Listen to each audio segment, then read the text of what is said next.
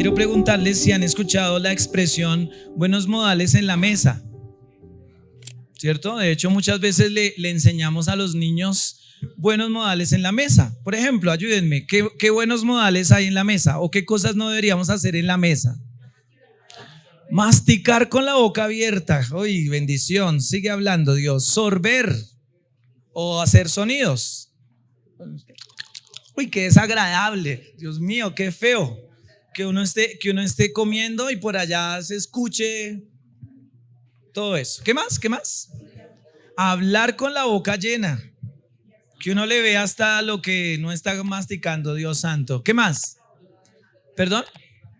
Limpiarse con el mantel o limpiarse con la manga.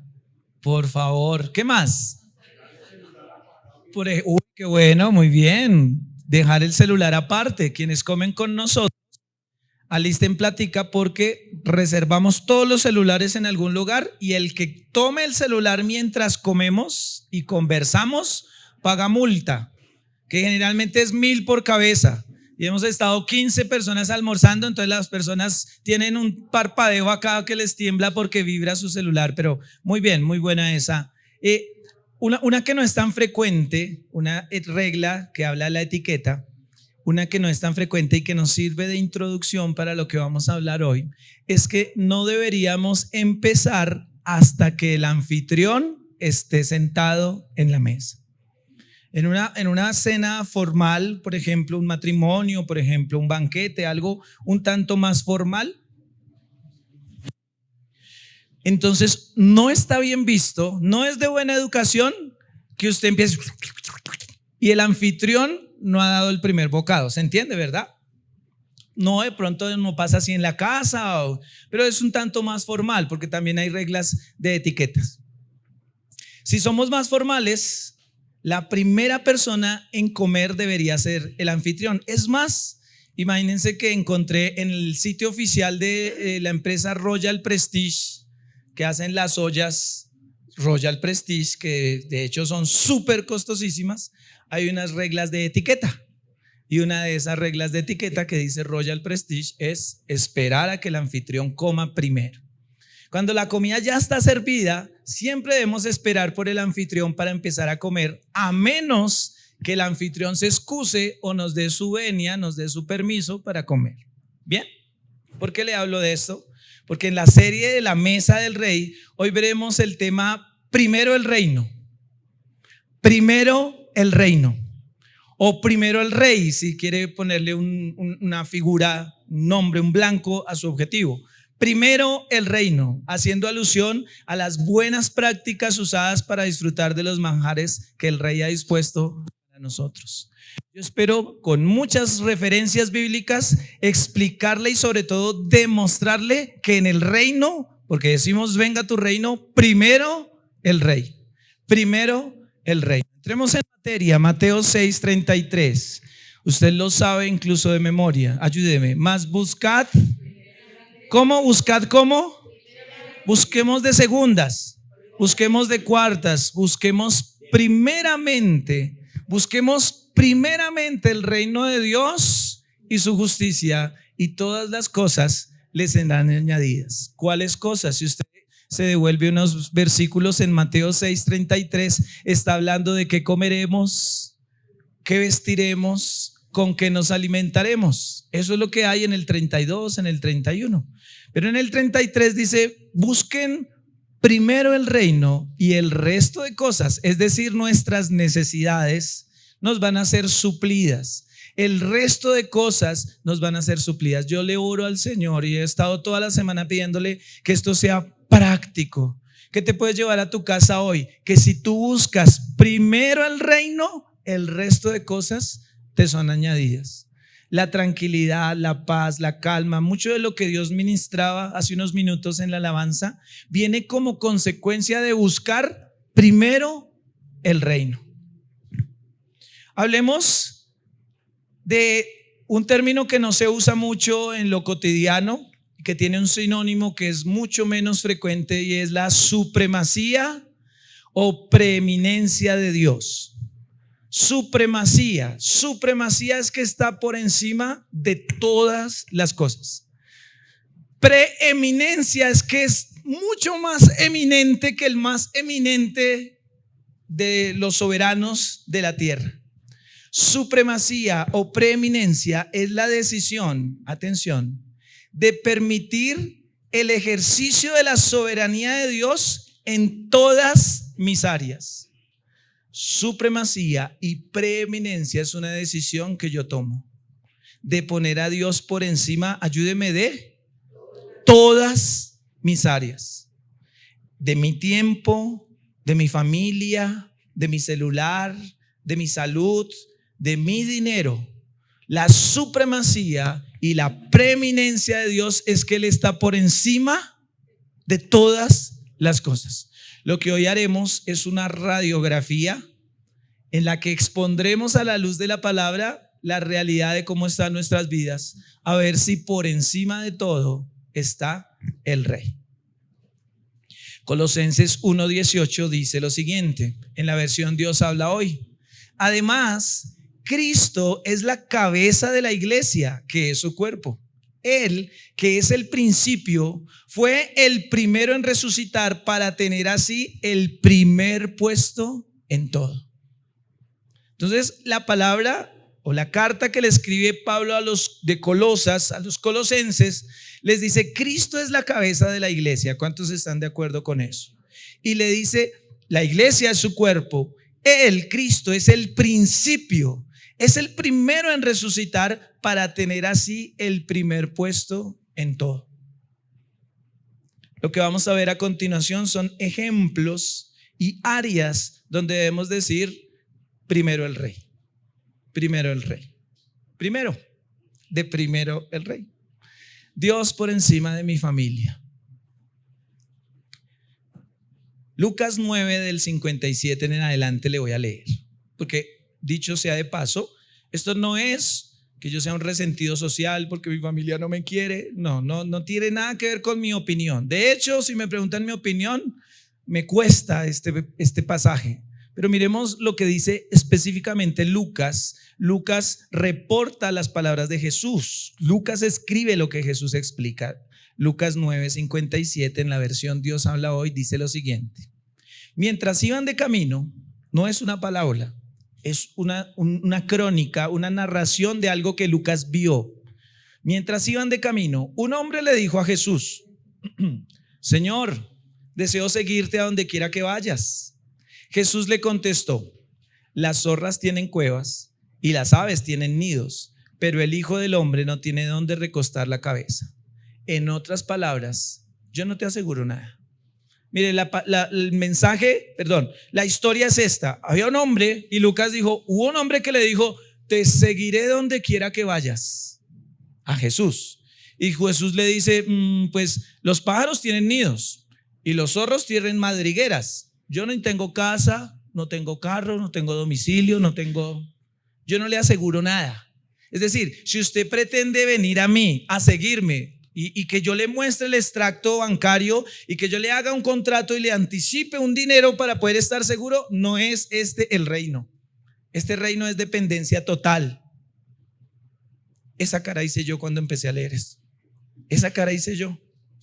Hace 10 años yo empecé a ser independiente, pero me convertí en la persona más dependiente del Señor. ¿Cuántos son independientes en su trabajo en este lugar? Levante su mano. Que no tengan un contrato de trabajo en una empresa, sino sean independientes, comerciantes, empresarios. Ustedes y yo, o más bien ustedes me corregirán, que un independiente es la persona más dependiente del Señor. Porque por ejemplo el hermano Rodrigo tiene un carro, un vehículo en el que hace acarreos. Y él no sabe mañana o pasado, seguramente tendrá contratos, pero hay días donde no sabe mañana qué va a llegar. José tiene un taller de motos y él no sabe cuántos clientes va a atender y él abre confiado en que van a llegar. Y lo tremendo es que llegan. ¿Verdad que sí? El punto es, no te aseguro nada fijo, por eso le dijo: no tengo nido, no tengo madriguera, no hay nada fijo en este reino. 59 de Lucas 9. Jesús le dijo a otro: sígueme. Eso es como decir: ven a mi mesa. sea, primero uno le dijo, haré contigo, te seguiré, y él le dijo, aquí no hay nada fijo. Y luego el mismo Jesús ahora se dirige a otros y le dice, sígueme. Pero él respondió, Señor, déjame ir primero a enterrar a mi padre. Jesús le contestó, deja que los muertos entierren a sus muertos, tú ve y anuncia el reino de Dios. Otro le dijo, Señor, quiero seguirte, pero primero déjame ir a despedirme de los de mi casa. Jesús le contestó, el que pone la mano en el arado y mira atrás no sirve para el reino de Dios. Señor, déjame ir primero a enterrar a mi padre. En la cultura judía no quiere decir que el padre ya había muerto. O sea, no quiere decir que el personaje estuviera de camino a un velorio. En la cultura judía lo que quería él decir era, por favor, déjeme responder hasta el final por mi papá, por mi viejito, antes de asumir otra responsabilidad. Déjeme antes cumplir hasta lo último con mi familia y ahí sí yo me puedo conectar o sentar a la mesa del reino. Déjame ir a despedirme de los de mi familia. Jesús no rechaza los lazos familiares, solo enfatiza la prioridad del llamado divino sobre cualquier otro deber. Usted está haciendo la misma cara que yo estaba haciendo cuando yo estaba leyendo eso.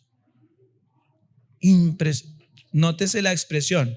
No quiere decir que usted ahora no responda en su casa, no compre el mercado, no quiere decir que usted ahora se traslade a vivir a la iglesia y ahora descuide sus obligaciones, pero sí quiere decir que en su corazón, por encima de papito, mamita y sus hijos, debe estar el Rey de Reyes y Señor de Señores. Mateo 10:37. El que ama a padre o madre más que a mí, note la expresión. No está diciendo dejen de amar a papito en el día del padre, no dejen de llamar a mamita, no dejen de comprarle ramos o flores, no dejen de proveerles, no dejen de sustentarles, no dejen de ayudarles, no dejen de sacarle las citas médicas, no dejen de acompañarlos. Es decir, dice, el que ama, el amor supone todas esas cosas, pero el que ama a papá o a mamá más que a mí no es digno de mí. El que ama a hijo o hija más que a mí no es digno de mí. Es decir, el que pone por encima a mi bebecito, a mi niñita, a mi chiquitico, a mi papecito, a mi pupuchurri, a mi chiquitiquitín, por encima de mí, no es digno de estar sentado en esa mesa. Porque literalmente varios hasta han querido robarse en las chocolatinas de la mesa del rey. De verdad, pesqué a uno con la chocolatina en la mano y me dijo, ¿me la puedo comer? No, eso es la mesa del rey. Todos quieren la chocolatina, pero no todos quieren pagar el precio que implica estar sentado en la mesa del rey.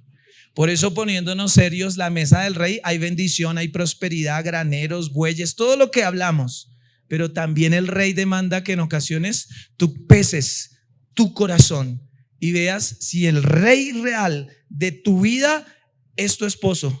Que si tu esposo está de buenas pulgas, vienes a la iglesia, pero si tu esposo está de malas pulgas, entonces toca quedarme con él y dejas la mesa del rey servida.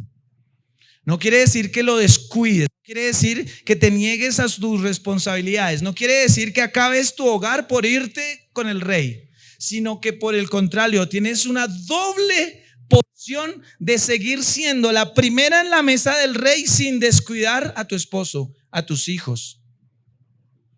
No dices amén, yo tampoco dije amén.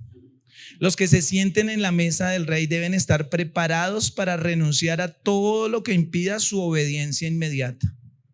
Hay urgencia en la misión del reino. Las excusas pueden reflejar corazones divididos. Todo eso es pero. Ven, sígueme. Sí, pero yo te diría, ¿cuál es el pero que hay en tu corazón? ¿Cuál es el pero que gobierna tu mente y tu corazón. Seguramente esos peros reflejan un corazón dividido. Jesús utiliza un lenguaje fuerte para destacar la naturaleza contracultural de seguirlo. Deje que los muertos entierren a sus muertos. Es una metáfora de los muertos espirituales. Un muerto espiritual pone por encima todas las otras cosas y de últimas el rey. Un muerto espiritual usted no solo lo toca. O sea, un muerto espiritual no se ve porque levante las manos. Un muerto espiritual se identifica en dónde está la prioridad de su corazón. Pablo hace un mes más o menos nos hablaba que donde está tu tesoro, ahí está tu corazón. Y ella nos hablaba, hoy lo hablaremos una parte, del tiempo y de la plata. En lo que usted gaste su tiempo y su plata, ahí está su corazón. Yo hice la misma cara. La imagen del arado, es decir, el que no deja a su papá y a su mamá, es como el que pone la mano en el arado y mira hacia atrás, ese no es digno de mí. La imagen del arado sugiere trabajo continuo y enfoque. Volver la mirada atrás simboliza duda, nostalgia y falta de compromiso. Ay, yo era feliz. Ay, cuando tenía. Ay, cuando en la familia bailábamos hasta altas horas de la noche. Ay, tiempos aquellos. No eres digno porque te falta. Los santanderianos usan otra expresión. Usemos la de la Biblia: compromiso. Compromiso. Compromiso es donde me dé el agua al cuello, pase lo que esté pasando, así se arrastras, pero yo vengo a la mesa del rey como Mefiboset. Donde me dé el agua. Donde me dé el agua. ¿Se entiende, verdad que sí? Examina si hay áreas en tu vida donde has dicho sí, pero a Dios, y decide hoy obedecer sin condiciones. Aceptar la invitación a la mesa implica reorganizar tus prioridades: familia, trabajo, cultura, tradiciones, y alinearte con el llamado del Señor. Esto tiene que ser práctico. Si a ti te avisaron o te enseñaron o te criaron que con una sábila detrás de la puerta es que yo estoy protegido, tienes que poner eso de segundas, de terceras, de cuartas, de quintas. Si a ti te avisaron o te enseñaron que poniéndole una sabacha a un bebecito eso lo iba a espantar de las brujas, tú tienes que realinear en lo que fuiste construido, en lo que fuiste creado, y empezar a poner los principios del reino por encima de las tradiciones, así la abuelita lo haya dicho. Número 2, Dios por encima de mi voluntad. Ay, ay, ay. Dios por encima de mi voluntad. Hebreos 11:17. Hebreos 11:17 en la Reina Valera contemporánea dice lo siguiente: por la fe, cuando Abraham fue puesto a prueba, ofreció a Isaac, el que había recibido las promesas. Ofreció a su único hijo, a pesar de que Dios le había dicho: por medio de Isaac te daré descendencia. Y es que Abraham sabía que Dios tiene el poder incluso para levantar a los muertos, y en sentido figurado, de entre los muertos lo volvió a recibir. Abraham es la clara demostración de que mi voluntad a veces no importa. Abraham es la clara, y para los que de pronto no son tan versados o no saben la historia, Dios le da un hijo a Abraham en su vejez. Su hijo se llamaba Isaac. Era su chinito y con él iba a multiplicarse como las estrellas del cielo y la arena del mar. Y un día Dios amanece como con ganas de ponerse curioso y le dice: tráigame a su hijo y sacrifíquelo. Eso está en Génesis 22. Creo que es en Génesis 22, pero en Hebreos sí nos ratifica. Y este hombre, por hacer corta una historia larga, lo acuesta, lo amarra, porque ¿qué niño de 12, 13 años va a estar ahí quieto? Y levanta el cuchillo y ya va a atravesarle el corazón a su hijo para que no sufriera. Usted se alcanza a imaginar si uno va a las vacunas del bebé y llora con ellos. Si uno cuando ellos tienen fiebrecita, uno quisiera transformarse en ellos.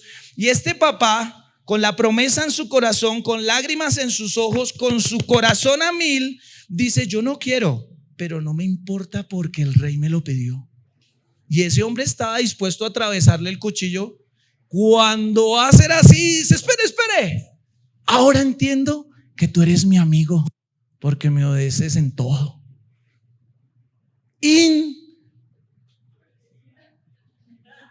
Impresionante. Abraham entendió que primero el reino por encima de mi voluntad. Escribí: no decir nada más. Número 3, Dios por encima de mi dinero. Venga tu reino, bendición, graneros, abundancia, prosperidad. ¡Wow! Costos, sacrificio. Dios por encima de mi dinero. El profeta Elías, es una historia, llega a un pueblo y ve a una viuda recogiendo leña y ya dispuesta a morirse. El profeta Elías llega a un pueblo pobre y una mujer pobre, una viuda que está recogiendo leña y dice: yo me voy a hacer una torta, un poquito de unas arepuelitas y me voy a morir. Si hay escasez, tribulación, ruina, prueba, la mala, la remala, ahí estaba la viuda. Muy mal, muy mal. El profeta le pide agua, dice: ¿me puede dar agua? Y mire la escena, entra en la escena. Primera de Reyes 17:12. Primera de Reyes 17:12, la Nueva Traducción Viviente registra.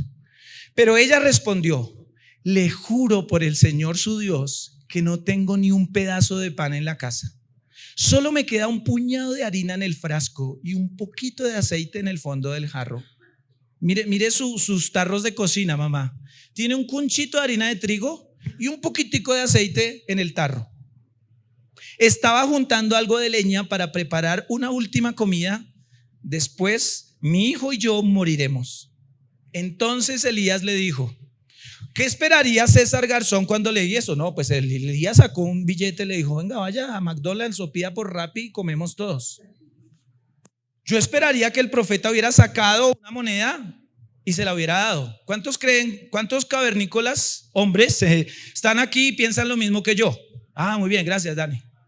Yo digo: si tiene hambre y está en escasez y solo tiene un cunchito, pues yo le proveo, yo le compro algo, ¿verdad que sí? Cavernícola, el Simpson que hay dentro de mí dijo eso. Mire lo que hizo.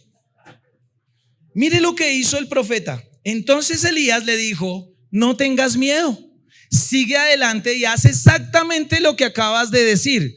Pero primero cocina un poco de pan para mí. O sea, ¿cómo así? No entiendo. La otra está bien llevada. Y el otro arrogante le dice: pero primero me cocina a mí. O sea, la poquita harina y el poquito aceite que tiene, primero me lo trae a mí. Pero me voy a morir primero yo.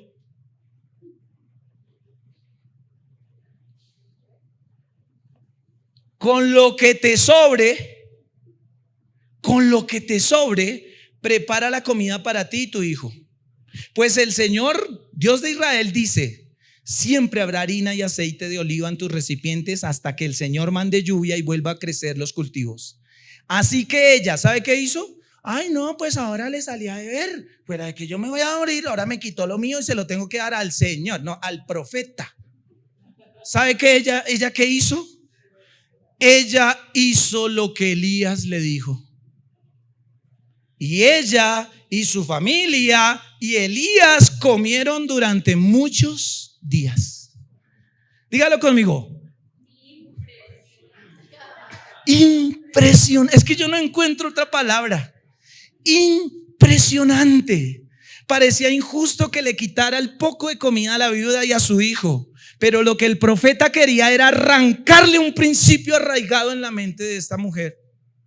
En la mesa del rey, para tener más, primero lo de él, y con lo que sobre yo comeré. Comerá el profeta, comerá la familia, alcanzará para la renta, pagaré la cuota, haré lo que sea, pero primero lo de él, y lo que sobre yo lo administro.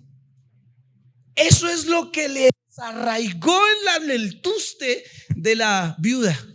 Y eso es lo que necesitamos desarraigar en la cabecita linda y hermosa de los hijos de Dios. Porque muchos hijos de Dios primero primero lo mío y lo que sobre para el rey. Si me sobra y si me alcanza.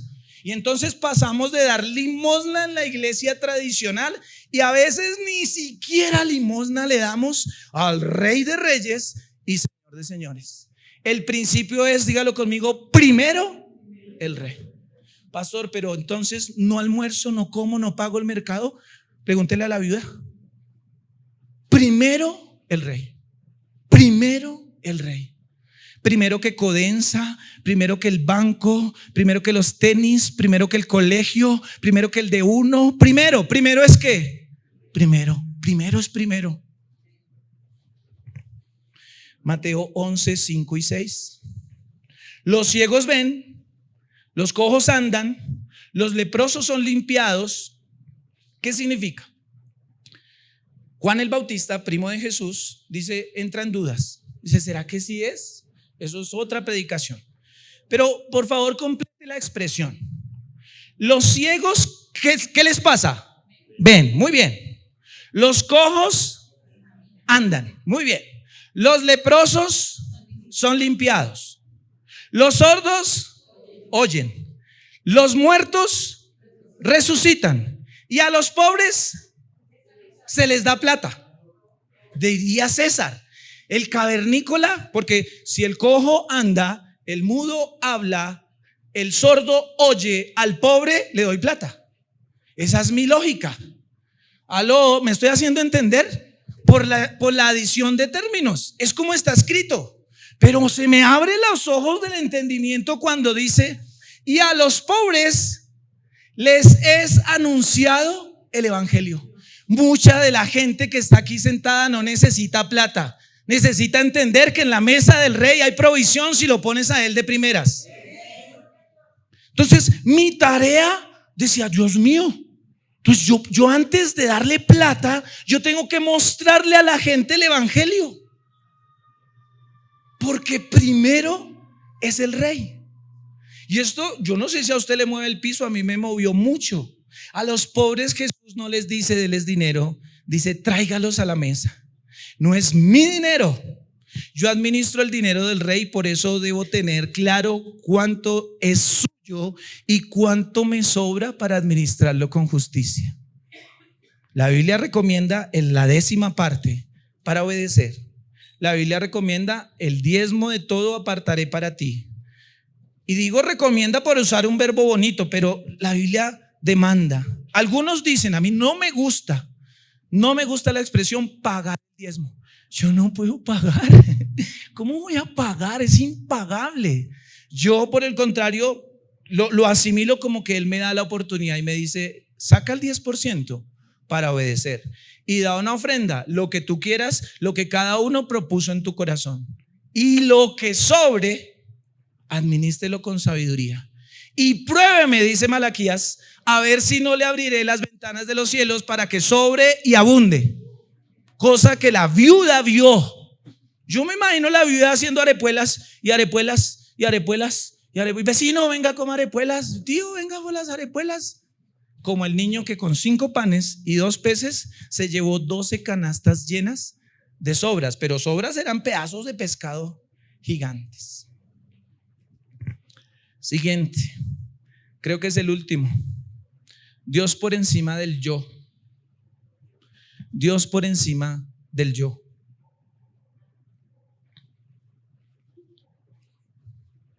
Lucas 17, del 7 al 10. Cuando un sirviente vuelve a arar o de cuidar las ovejas, cuando su patrón le dice, ven, perdón, porque la puntuación es indispensable en este texto. Cuando un sirviente vuelve de arar o de cuidar las ovejas, ¿acaso su patrón le dice, ven y come conmigo? No, le dirá, prepara mi comida y ponte el delantal y sírveme mientras como. Luego comes tú. ¿Y le agradece el amo al sirviente por hacer lo que se le dijo que hiciera? Por supuesto que no. De la misma manera, cuando ustedes me obedecen, deben decir, somos siervos inútiles, dice una versión, que simplemente cumplimos con nuestro deber. Entonces les pregunto, quienes trabajan en una empresa y cumplen un horario, entras a las 7. Si llegas a las 7, el jefe te dice, ay, gracias por llegar a las 7. Es lo mínimo que tienes que hacer. Es lo mínimo. Si el jefe o la empresa te da una dotación, un casco, unos guantes, unas botas, una bata, y tú la usas, el jefe no te dice, ay, gracias, bienaventurado eres porque la dotación usaste. Es lo mínimo que tienes que hacer porque te la está suministrando. Cuando tú vienes a la iglesia y llegas temprano, no esperes que el pastor te diga, dígalo conmigo, es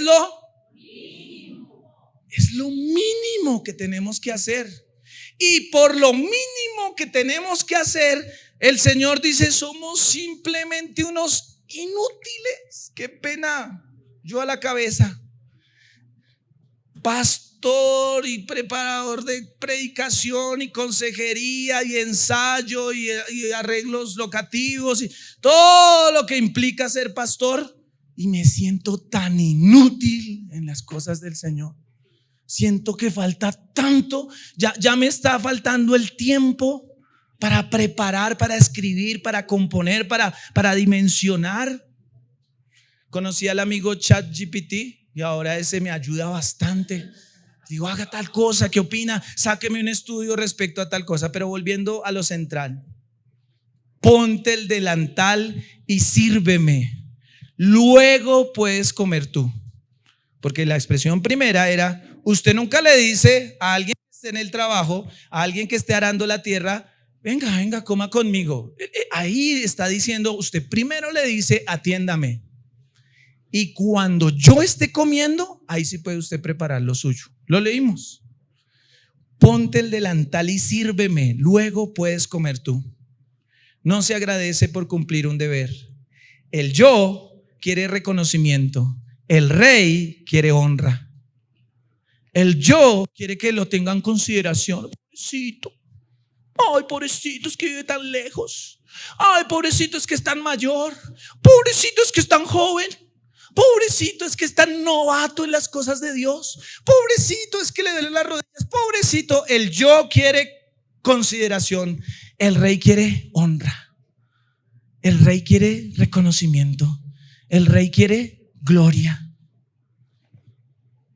Debemos ir en contra de la corriente de este mundo que se resume en primero yo, segundo yo y lo que sobre para mí. Esa es la corriente de este mundo. Primero yo, segundo yo y lo que sobre para mí. En esta mesa, primero el rey, por encima de mi familia, por encima de mi voluntad, por encima de mi dinero y por encima de lo que yo quiera, incluso caprichosamente. Y en términos más coloquiales, el profeta